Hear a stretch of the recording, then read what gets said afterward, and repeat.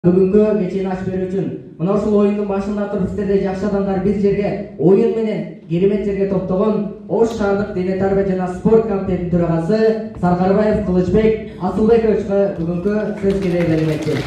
Саламатсыздарбы, урматтуу Ош шаарынын коноктору жана алыс жакындан келген коноктор. Мына быйыл тогуз коргол оюну боюнча мердик кубогу 5-жолу болуп өтүп жатат.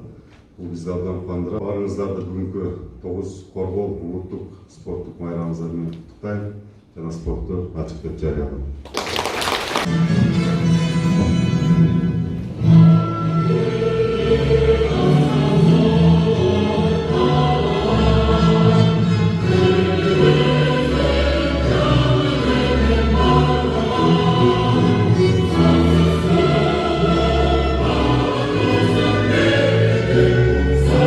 Алысына ат жөнөттүк, жакынына ат жөнөттүк, укканыңыздарга Мерседес жөнөттүк, укпай калсаңыздар СМС жөнөттүк.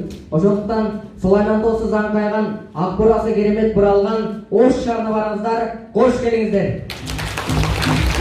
Шаарыбыздын спорт комитетинин төрагасы Кылыч Асылбекович айтып кеткендей, мына 5-жолу мына ушул тогуз коргол боюнча чемпионат уюштурулуп, мына ушул биздин окуу жайда уюштурулуп келип атат. Акыркы мезгилдерде шаарыбызда өзгөчө спорттун бир эле тогуз коргол эмес, баардык түрлөрүнө көңүл бурулуп, мына биздин көптөгөн спортсмен балдарыбыз кыргыз желегин мына дүйнөгө таанытууда.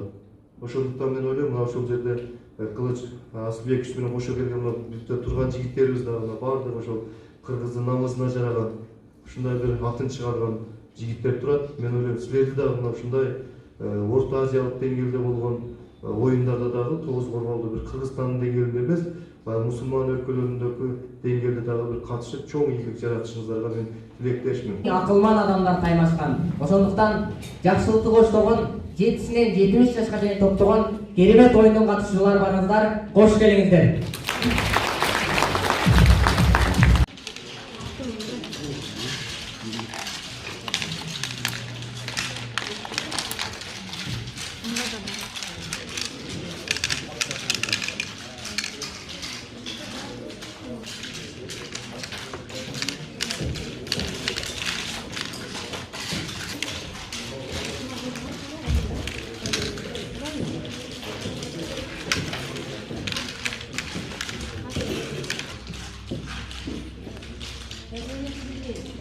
Yedi yaş.